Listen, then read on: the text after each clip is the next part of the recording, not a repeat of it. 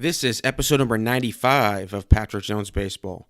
On this episode, we have Max Dutto, who is a professional baseball player, hitting trainer at Driveline Baseball, and is someone who kind of can give us both sides of the spectrum from a player and a coach perspective because he is currently doing both. He actually played for the White Sox in their organization for the last 2 years.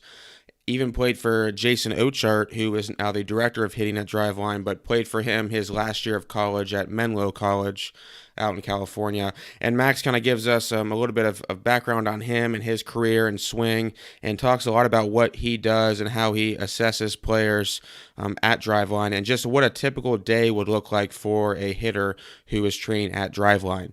This episode is brought to you by Blast Motion. Blast Motion is a bat sensor that you put on the end of your bat. You can track attack angle, how long your time to contact is, your bat speed, how long you're on plane with the pitch for. All really, really important metrics in understanding your own swing and kind of what you need to do to improve. So head on over to blastmotion.com and type in code PJB25 for $25 off.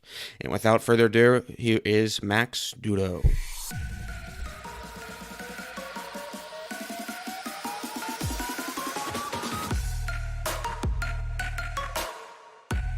All right, and we are now live with Max Dutto. Max, you're out in Washington. Appreciate you coming on. How's everything going out there? Thanks, Patrick. Thanks for having me on. Everything's been good. Had a lot of fun training guys. Learning a ton out here has been a great experience. So how long have you been at Driveline for?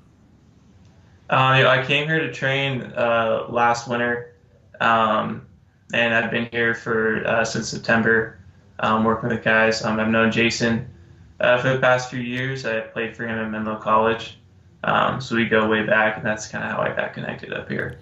So you play, you're still playing, but you also, do you coach up there as well at Driveline? Like instruct other players? Yeah, I'm a hitting trainer here at Driveline. I do a lot of like the one-on-one stuff, like we call it swing design, mostly just a name for scheduling purposes. But I do all the one-on-one lessons, just coming up with development plans for our guys. Spend a lot of time with KVS and stuff like that. So I do a lot of the one-on-one stuff as well as helping out with group work. So you guys, I didn't know you guys did one-on-one stuff as well. I thought it was just memberships. Yeah, it's something that we've rolled out pretty recently, probably in the past 3 or 4 months. Haven't really had the manpower to do it so far, and just haven't had a lot of the real estate, but things have kind of slowed down. We've been able to use the lab a little bit, and I've been able to come on and help out and start to get that rolling. Awesome. So take me back, and just for those who are just hearing about you right now, take me back to just a brief history of your baseball background and kind of just how you got to be where you're at right now. Yeah, sure. So I played 3 years at Cal Berkeley in Pac-12.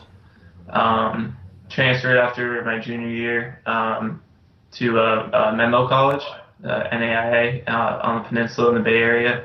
That's where I met Jason, and Jason was my hitting coach there. We kind of hit it off from day one. We kind of had some of the same hitting philosophies, and it was really nice to have a coach that kind of understood where I was coming from, and I was able to kind of figure it out at Menlo, have a pretty good season. And after that year, I got drafted the 9th round by the White Sox in 2016. Played 2 years with the White Sox, and I got released by them last year. Currently, still living, keep the dream alive. Yeah, 100%. What was the difference between, like you said, like Jason played a big part when you transferred to Menlo and you playing a lot better? Like, why do you think you played better there, or you felt better, your swing maybe felt better there versus the previous few years? I think there's a lot of factors that go into it. Probably competition level had a little bit something to do with it. Felt a little more confident. But I also had, Jason and Jake McKinley. They're the two of the best coaches, I can name today. It's very fortunate to play for them.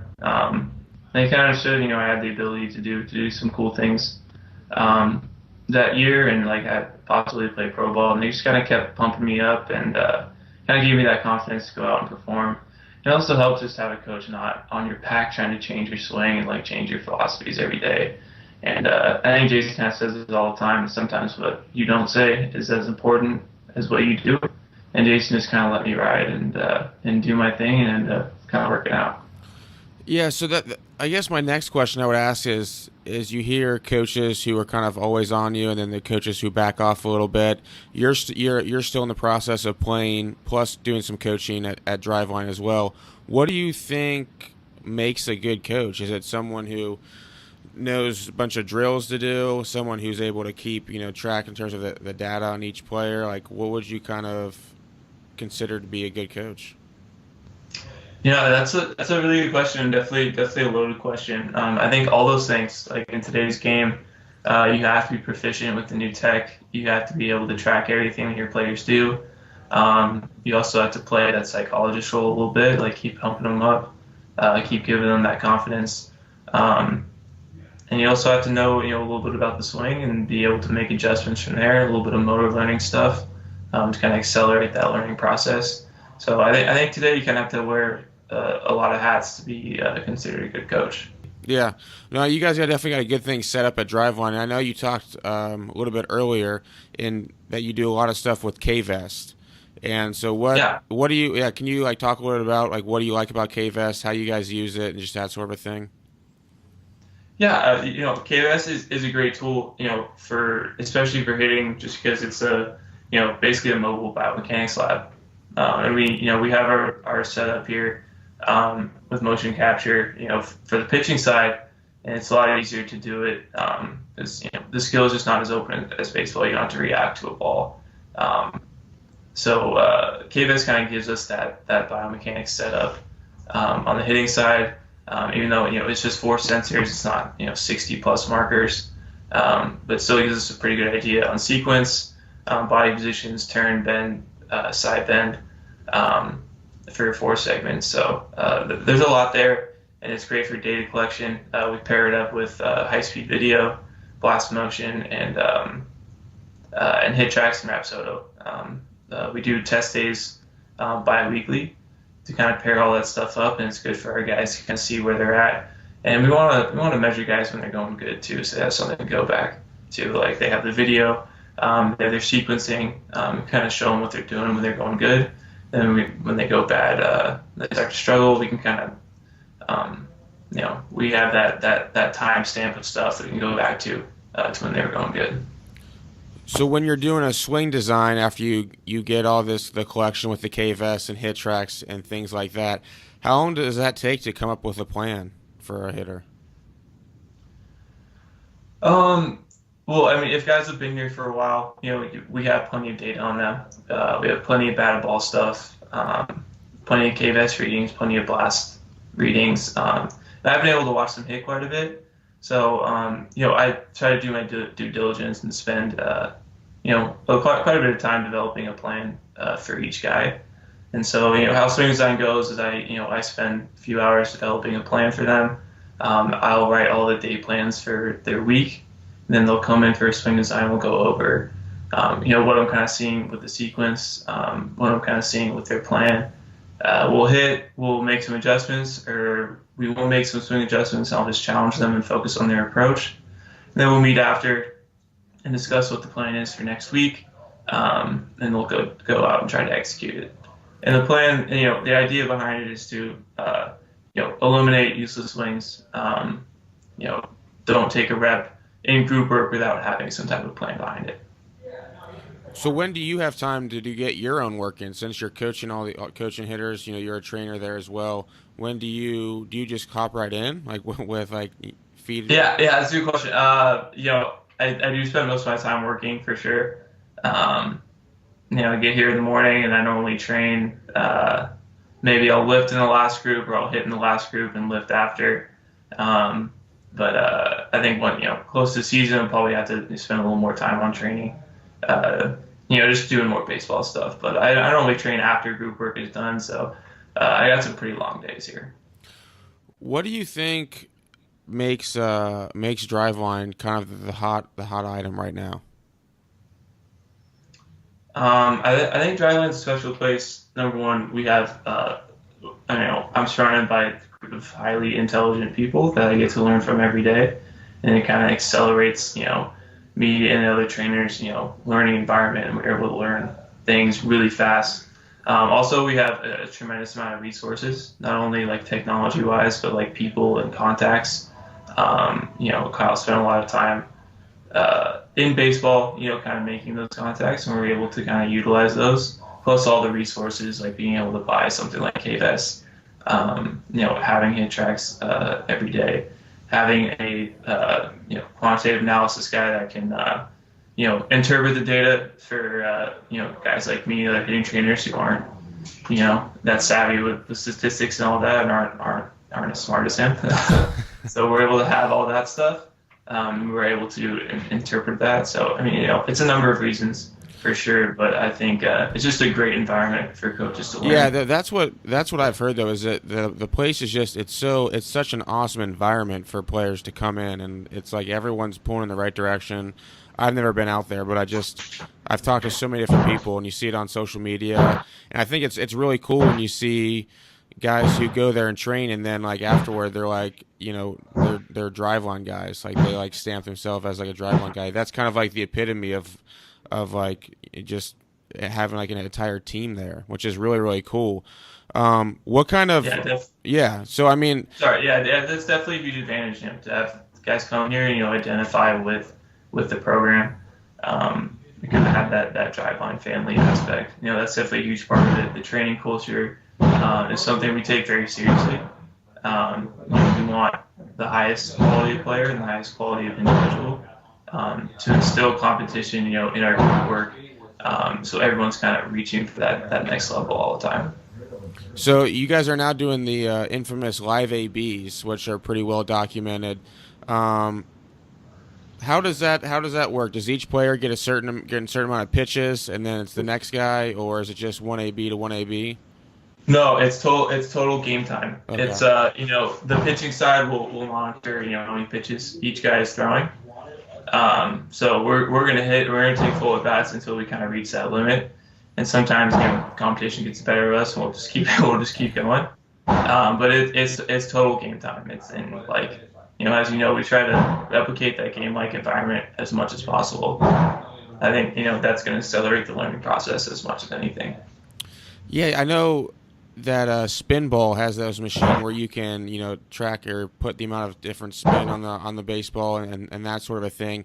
How do you guys implement kind of just like different tools, like for example like the spin ball machine versus I know some people like put it off to the right side or to the left side, or sometimes I've seen you guys have two of those machines right next to each other. Like what is the purpose of that? The spin ball machine is great. Like, there's so much you can control with that. Spin direction. Like, it's a really great tool. And putting it back towards the mound, and we have a sheet of different release points that we use every day. We'll switch it up every day. But having a machine at that release point, I think is quite important to just again replicate that game-like environment. So that's something that's a big tool for us, and like the more just like repetitions you can get of seeing actual game like velo, even if it's not from a pitcher's body motion or like an arm, and just kind of seeing the ball coming from that distance, it's really important. And we did a study this summer. Anthony Brady wrote a blog about it. Measuring brain waves from front toss, BP, and machine, and we concluded that machine work definitely prepares you more for the game in terms of just like lowering the beta waves before game time. So do you think how would players how would if you were like a college team, would you put a machine out on the mound before a game and have them hit off that instead of regular BP? To me that's a no-brainer before the game. I don't see why you wouldn't replicate especially what you're going to see if the pitcher's arm slot. Get as close to that as you can and throw that out there before the game. I think that would be a much better use of your time rather than just traditional batting practice. So do you think what value do you put in like T work, soft toss? that sort of thing, since it's not even really close to anything to game velo. Yeah, sure. I think there's value in all that. Sometimes, we put out some stuff about how T-work, isn't great for transferring to the game.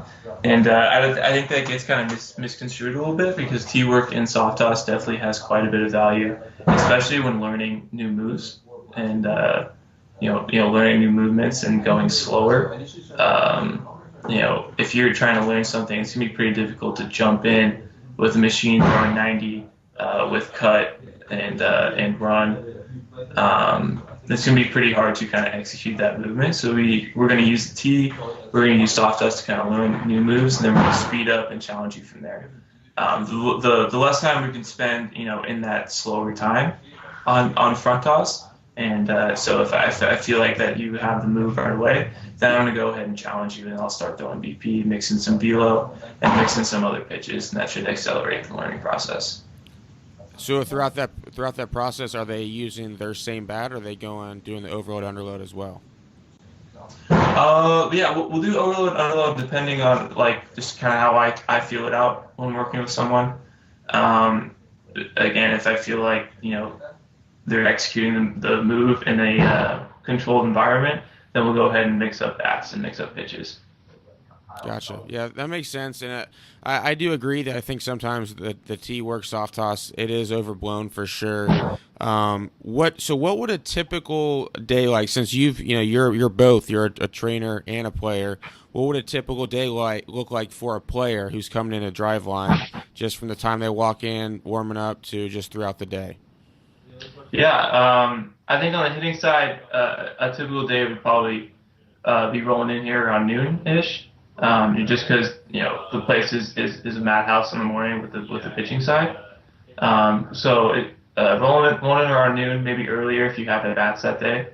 Probably getting in around between noon and 2, and getting your lift in, getting your mobility work in, and then sticking around for group work. From 4 to 7, whatever fits in your schedule. So mostly it's just it's getting here around that time. Getting your mobility work in, doing your lift, maybe taking a short break, and then we do specific TPI warm-ups that our other hitting trainer, Max Gordon, has done a really good job of putting together. And all three of us, Max, Tanner, and myself, are on-base U certified, so we're able to screen athletes and give them that TPI warm-up and movement prep that they can do before they step in the cage. So it's just, to answer the question fully, it's mobility work, lift, TPI, movement prep, warm up, and then group work in the cage. Yeah, I was actually at TPI out in Phoenix 2 weeks ago. And, awesome. Yeah, did that, and then I actually was talking to Max because I know he did TPI and on base U. What did you take away from it? Because you just went to on base. Did you go to TPI as well, or just on base? I have not been to TPI yet. I just went to the on base in Oceanside. Okay. What did you learn from doing all that? I learned a ton from it. I personally got a lot out of it. It was amazing to see the type of facility TPI has and just how they run things, how professional they are. It's also very impressive to see Greg Rose talk. Yeah. The guy's unbelievable, really dynamic speaker. And obviously highly intelligent and knowledgeable.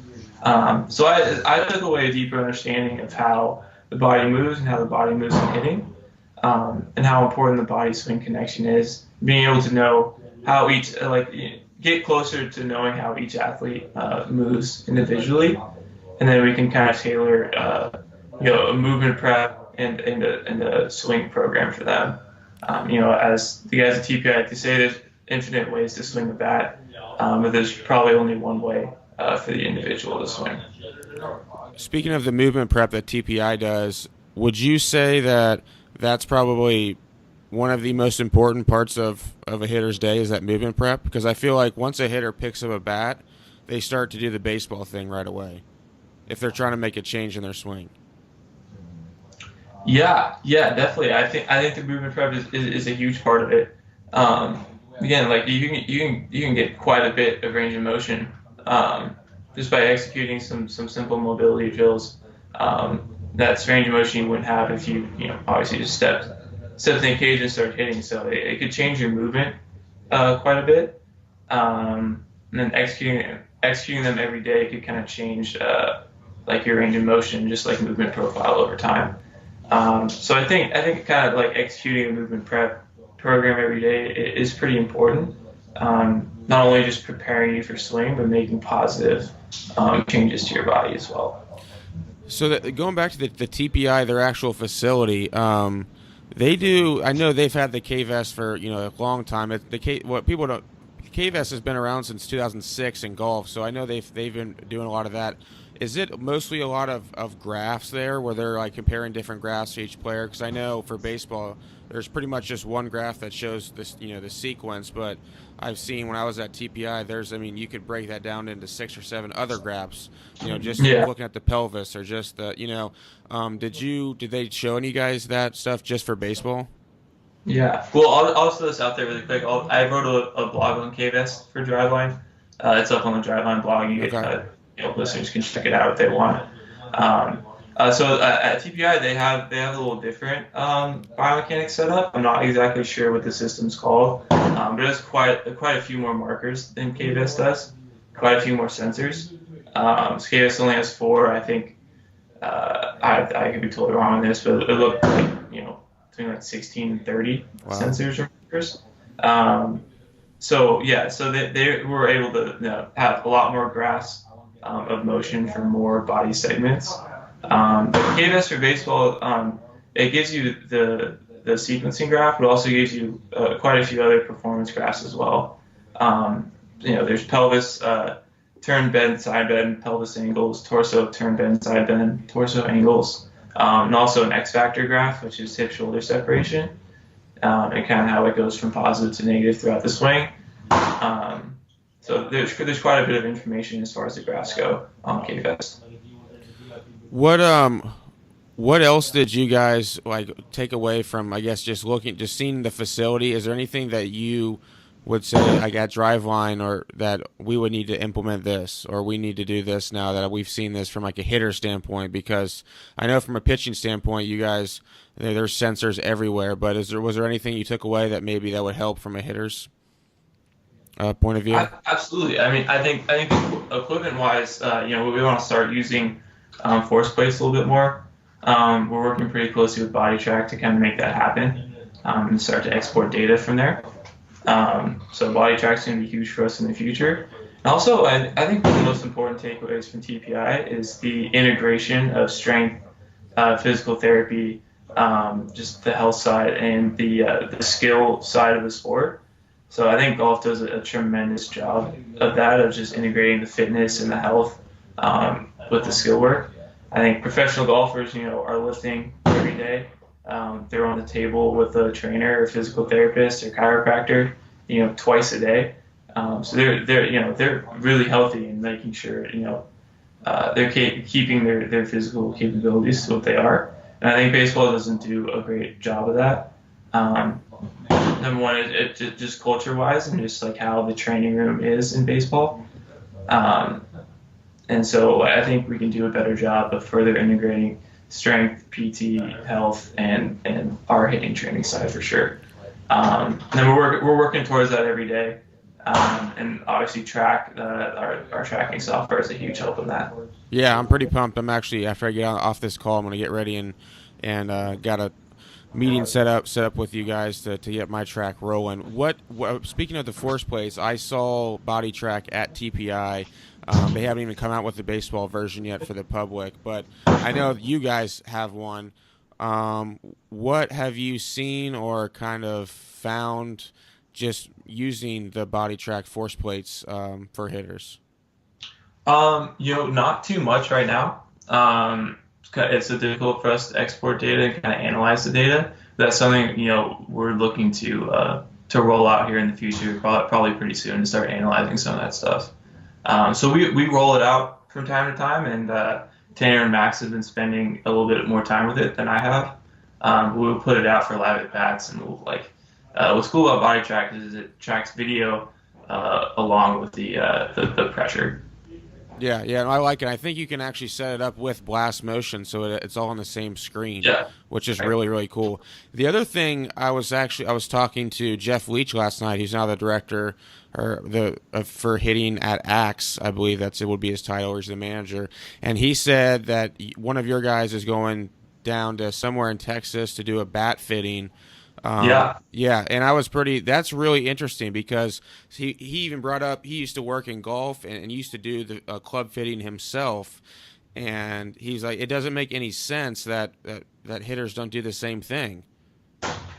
Absolutely. And we're all actually pretty into golf here, so like we've been wondering that for years, and I've been wondering that myself as a player. And I kind of felt wood bats always felt weird to me, and I never yet to really find the right one. So I think bat fitting is a really exciting concept and something that's going to gain a lot of traction here in the future. There's already quite a bit of content on Twitter now about bat fitting.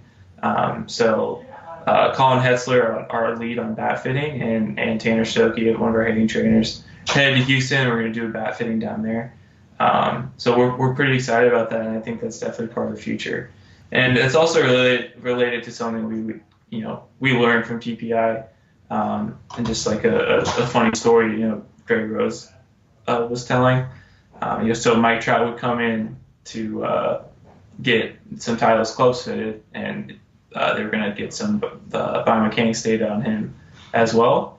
And Mike Trout was asking for a bat. He didn't bring a bat. And that's something that the TPI guys were blown away with, because that's something that would never happen in golf. If a golfer comes to get biomechanics data, they come with their own custom fitted set of clubs. And that's just something that's non-existent in baseball for no particular reason. Isn't that crazy? It's just sometimes I wonder if baseball will ever truly make that, because there's so many old school people out there, and they don't buy in to kind of the new era. Sometimes I wonder, but I also at the same time, it's like, well, if you look at coaching hires throughout professional baseball, really not hiring too many, even guys who played big league time, if they don't know how to implement any of the data or anything, or just keeping up with the new times. Yeah, absolutely. I think you're seeing a pretty big takeover with kind of a lot of the new young coaches being hired by these teams, people who are proficient in the new tech, and people who are proficient in analyzing it and translating it to the player. So I think you're kind of seeing that takeover here. But again, pro baseball is definitely conservative in their ways, and they have a lot of people who have been working with these teams for many years. So it's kind of hard to change that type of culture and kind of clean house with each team. But it certainly looks like there's a takeover with that, and it's certainly going to be a data-driven organization that's being run in the future.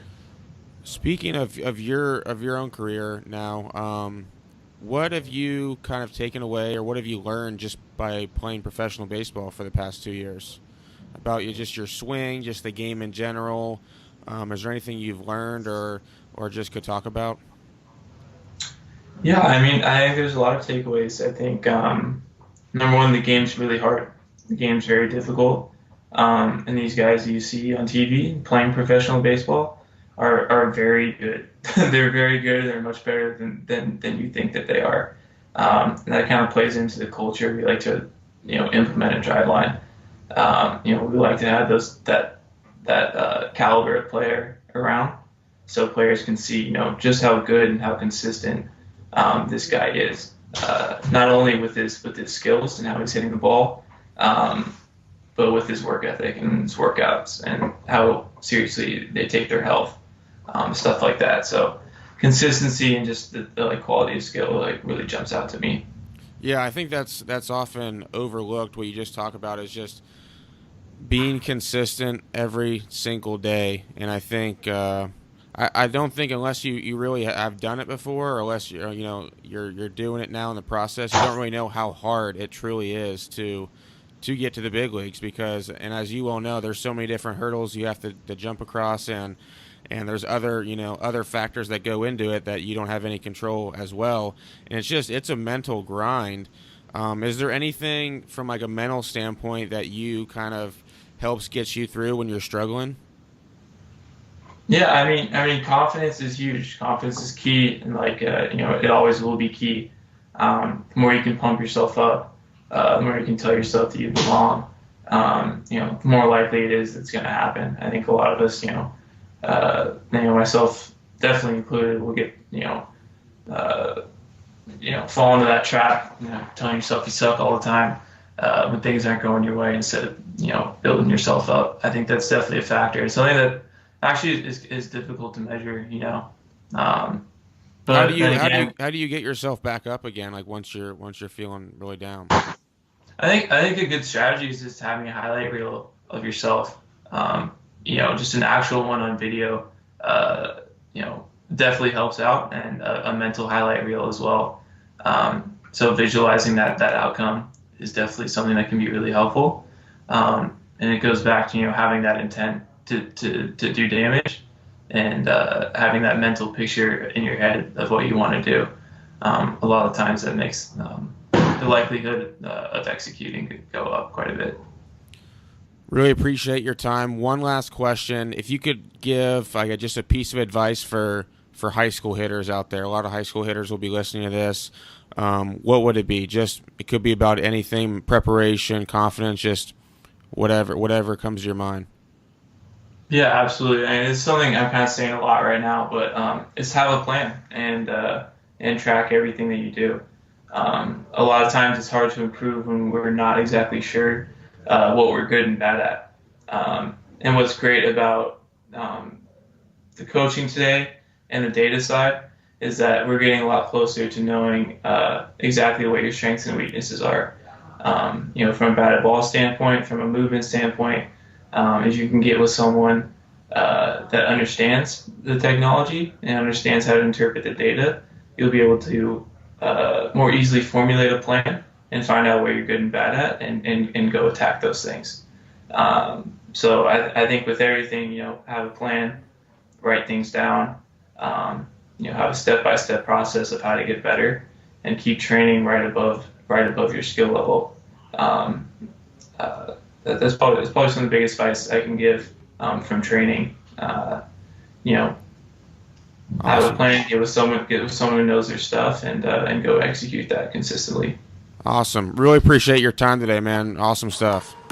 Thanks, Patrick. Appreciate it.